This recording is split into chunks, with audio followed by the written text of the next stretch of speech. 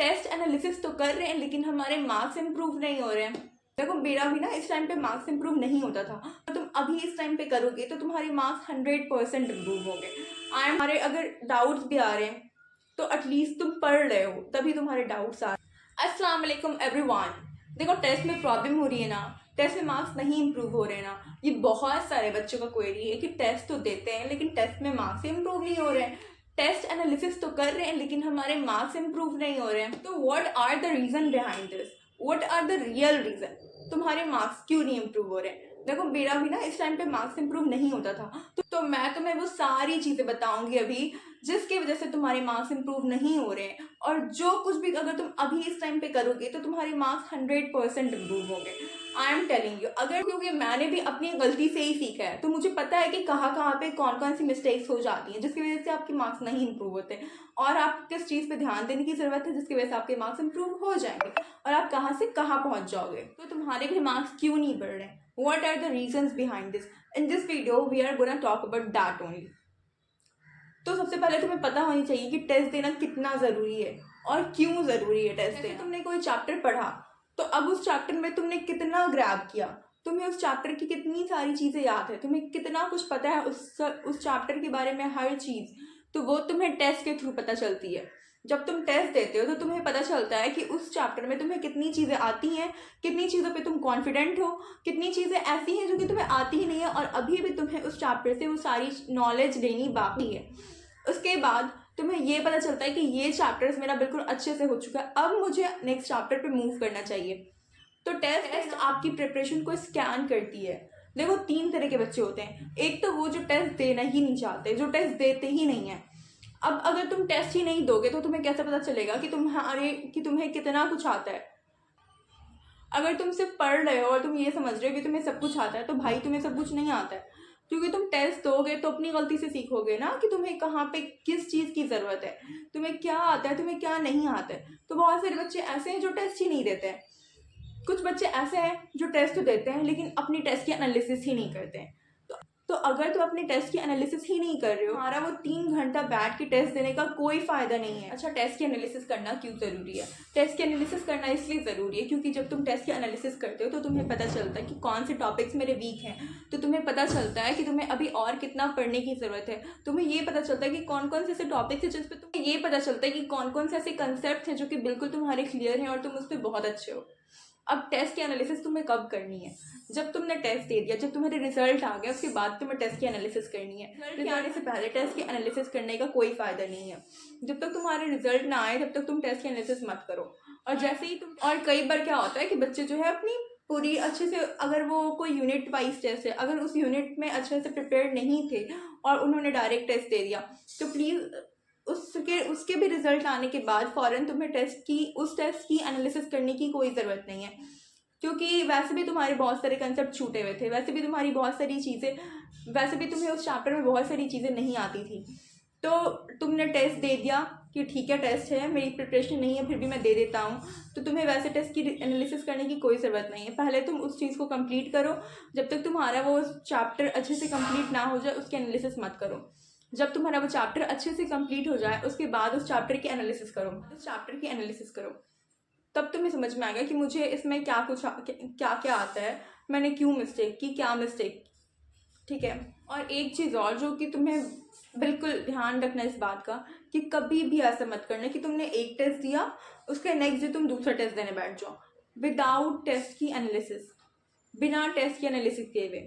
अपने पिछले टेस्ट की बिना एनालिसिस किए हुए तुम दूसरे टेस्ट में मत जाना, क्योंकि फिर क्या होगा कि तुम्हारे एक टेस्ट में जो भी तुमने दिया तुम्हें उसमें एक कंसेप्ट क्लियर है ही नहीं, तुम्हें उसका पता ही नहीं है मैंने उसमें क्या गलती की क्या नहीं की, और तुम दूसरा टेस्ट देखो। अब तुम्हें अपने टेस्ट की एनालिसिस कैसे करनी है? 1.5 आवर में तुम्हें टेस्ट की एनालिसिस अगर 1.5 आवर में करनी है तो तुम्हें कुछ ऐसी चीज़ें जो तुम्हें टेस्ट के टाइम ही करनी होगी।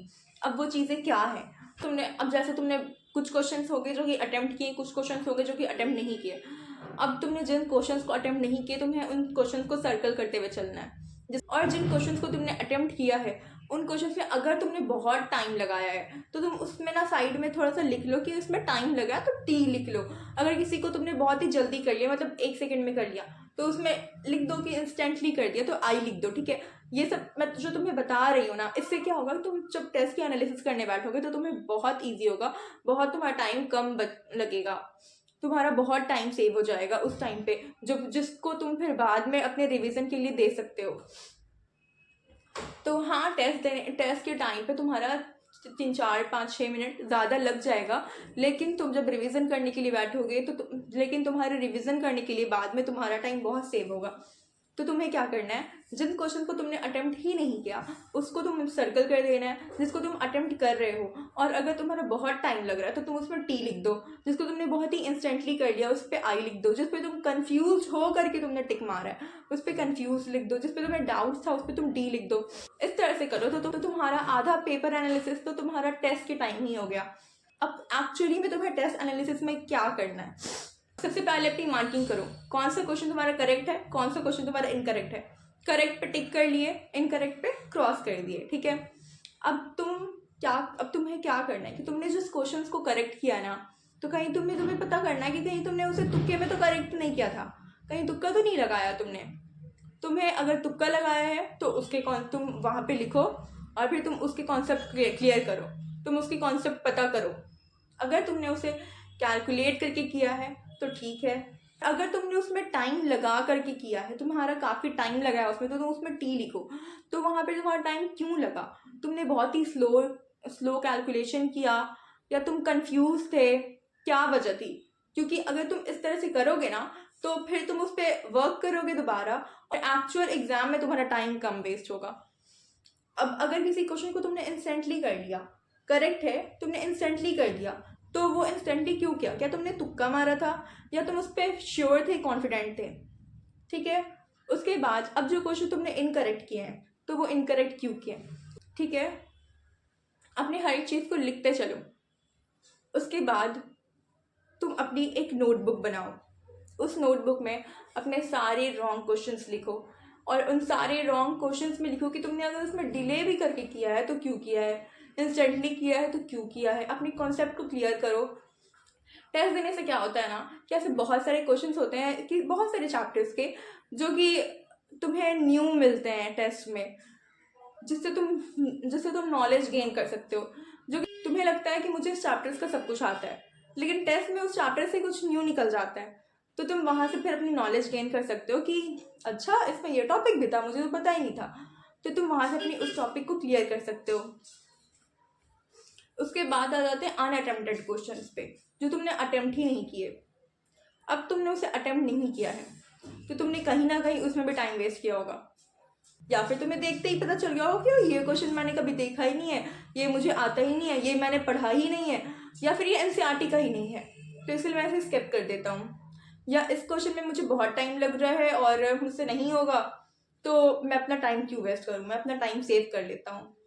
या फिर तुमने उसे डाउट में आकर के छोड़ दिया होगा कि मुझे इस पर डाउट है, कहीं निगेटिव ना हो जाए, इसलिए मैं उसे छोड़ देता हूँ। तो अनअटेम्प्टेड क्वेश्चन से भी तुम्हें ये फ़ायदा होगा कि तुमने अगर वो चीज़ पढ़ी ही नहीं है तो तुम उसे पढ़ सकोगे। और देखो, एग्ज़ाम से पहले मिस्टेक्स करना कोई बुरी बात नहीं है। अगर तुम एग्ज़ाम से पहले मिस्टेक्स कर रहे हो, अपनी मिस्टेक पे एनालिसिस, अपने टेस्ट की एनालिसिस कर रहे हो, अपने मिस्टेक्स पे वर्क कर रहे हो, तो तुम अच्छा कर रहे हो। तुम्हारे अगर डाउट्स भी आ रहे हैं तो एटलीस्ट तुम पढ़ रहे हो, तभी तुम्हारे डाउट्स आ रहे हैं। हाँ, कई बार ऐसा भी हो जाता है कि टेस्ट में इंसान कुछ गलत सोच लेता है, जो कि नहीं सोचना चाहिए।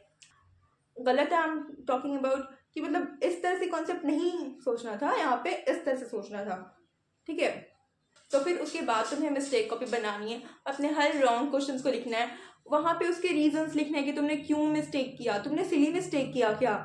सिली मिस्टेक क्या होता है, या तो तुम गलत बबल करके आ जाते हो, या तो तुम कोई स्टेप छोड़ देते हो, रॉन्ग कैलकुलेशन कर देते हो, ठीक है, या फिर तुम तुक्का मार रहे हो। तो तुम्हें ये सारी चीज़ें अपनी लिखनी है वहाँ पे अपनी कॉपी में कि मैंने यहाँ पे ये मिस्टेक की है, ताकि टेस्ट दो तो तुम्हारी वो सारी मिस्टेक्स ना हो। टेस्ट इम्प्रूवमेंट का मतलब ही क्या है कि तुम अपनी पिछली टेस्ट पे वर्क करो, उस पर मेहनत करो, और टेस्ट से तुम्हें क्या पता चलेगा कि तुम्हारा वो चीज़ अब बिल्कुल क्लियर हो चुका है, अब तुम्हें नेक्स्ट चैप्टर पे, नेक्स्ट यूनिट पे मूव करना चाहिए। अगर तुम ये इन सब चीज़ों को अच्छे से करोगी ना, आई एम टेलिंग यू 100% तुम्हारे मार्क्स इम्प्रूव होंगे। सिर्फ पढ़ने से, मल्टीपल टाइम टेस्ट देने से कोई फ़ायदा नहीं है। मल्टीपल टाइम तुम टेस्ट दोगे, तुम्हारे टेस्ट का क्या फ़ायदा 3 घंटे तुम अपना 3 घंटा वेस्ट ही कर रहे हो। जब तक तुम एनालिसिस नहीं करोगे तुम अपना 3 घंटा वेस्ट कर रहे हो। तो अपनी टेस्ट की एनालिसिस में टाइम दो, बहुत ज़्यादा नहीं देना है, इतना देना है कि तुम्हारे फिर रिवीजन के लिए भी टाइम बचे। So this was all about your test analysis. This was my test analysis copy. और इसमें मैं अपने सारे रॉन्ग क्वेश्चंस लिखती थी। जैसे अगर मैंने कोई क्वेश्चन स्किप किया है तो मैं वो क्वेश्चन, उसके सॉल्यूशन सब कुछ लिखती थी और मैं यहाँ पे लिखती थी कि मैंने इसे स्किप किया है और फिर मैंने इसे स्किप क्यों किया है। क्या मुझे इसके कॉन्सेप्ट नहीं आते हैं, या अगर मुझे कॉन्सेप्ट आते हैं मुझसे कैलकुलेशन नहीं हो रहा है, मेरी प्रैक्टिस नहीं है क्या, या ऐसा कोई न्यू क्वेश्चन है ये जो मैं पहली बार देख रही हूँ। समझ रहे हो तुम्हें क्या करना है, किस तरह से अपनी टेस्ट की एनालिसिस करनी है, या मैं कहीं पे कंफ्यूज तो नहीं हो गया। इस तरह से सोचना है तुम्हें अपने टेस्ट एनालिसिस में। तुम्हें अपना टेस्ट देने के बाद ये सब कुछ देखना होगा बहुत ही अच्छे से कि तुम कहाँ पे क्या मिस्टेक कर रहे हो, ताकि तुम अपने एग्जाम में वो मिस्टेक नहीं कर आओ। तुम जितने क्वेश्चन प्रैक्टिस करोगे तुम्हारी प्रैक्टिस इंप्रूव होगी, तुम्हारे मार्क्स इंप्रूव होंगे। जैसे तुम अगर टेस्ट में कंफ्यूज हो रहे हो क्या, तो तुम्हें अपना कंफ्यूजन दूर करना है। जैसे एक क्वेश्चन है, the volume thermal expansion coefficient of an ideal gas at constant temperature is inversely proportional to the square of the temperature, directly proportional to the square of the temperature, और inversely proportional to the temperature। तो इसमें बहुत सारे बच्चे गलत कर सकते हैं। कौन बच्चे गलत करेंगे? जिन्होंने अपने कॉन्सेप्ट क्लियर नहीं किए हैं, जिन्होंने इसे अच्छे से पढ़ा नहीं है, जिन्होंने अच्छे से याद नहीं किया, जो पिछले टेस्ट में गलत कर आए थे और फिर उन्होंने इसकी एनालिसिस नहीं की, नेक्स्ट गलत करेंगे इन क्वेश्चंस को। तो तुम्हें अपने टेस्ट की एनालिसिस अच्छे से करनी है ताकि नेक्स्ट टेस्ट में वो क्वेश्चन गलत ना हो। एग्जाम में आए तो वो क्वेश्चन गलत नहीं होना चाहिए, और अगर टेस्ट में आ गया है तो तुम उसे याद करना है। So this was all about how to improve your marks in your test. इन सभी पॉइंट्स पे बहुत ध्यान दो और मेहनत करते रहो। I hope this video helps you all. Keep studying and thanks for watching.